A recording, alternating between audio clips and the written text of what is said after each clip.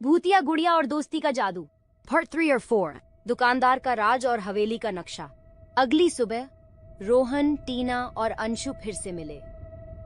उनकी आंखों में डर साफ झलक रहा था।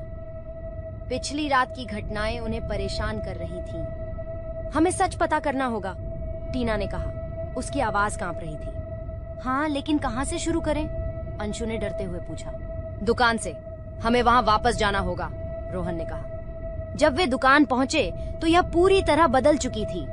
जो दुकान कल तक खिलौनों से भरी हुई थी, अब वहां धूल और मकड़ी के जाले फैले हुए थे। सब कुछ सुनसान लग रहा था। ये वही जगह है? टीना ने धीरे से पूछा। दरवाजा खोलते ही एक अजीब सी गंध आई, पुरानी लकड़ी और कुछ सड़ा गला। अंदर खामोशी थी, सन्नाटे को काटती हुई।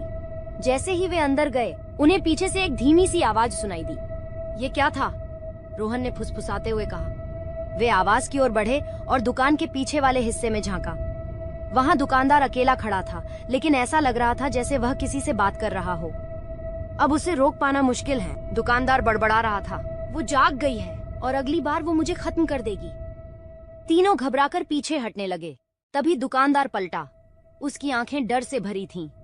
तुम यहाँ क्या कर रहे हो? उसने चिल्लाते हुए कहा। तुम्हें भाग जाना चाहिए जब तक मौका है।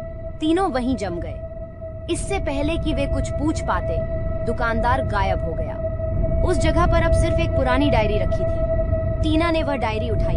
उसके पन्ने जले हुए लग रहे थे, लेकिन उसमें एक लाइन साफ साफ लिखी थी। श्राप को तोड़ने के लिए वहां जाओ, जहां यह कहानी शुरू हुई थी। डायरी के अंदर एक नक्शा था।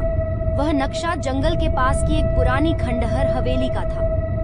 हम सचमुच वहां जाने वाले हैं? अंशु ने डरते हुए पूछा।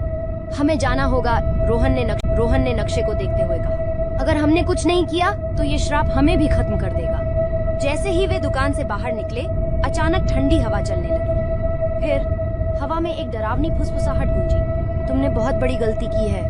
Question for you. अब सवाल ये है, क्या वे तीनों हवेली में छिपे राज को ढूंढ पाएंगे? क्या यह भूतिया गुड़िया सचमुच श्रापित है, या यह किसी बड़ी साजिश का हिस्सा है? अगले भाग में जानिए। कहानी पसंद आ रही हो तो लाइक करें, सब्सक्राइब करें और जुड़े रहें।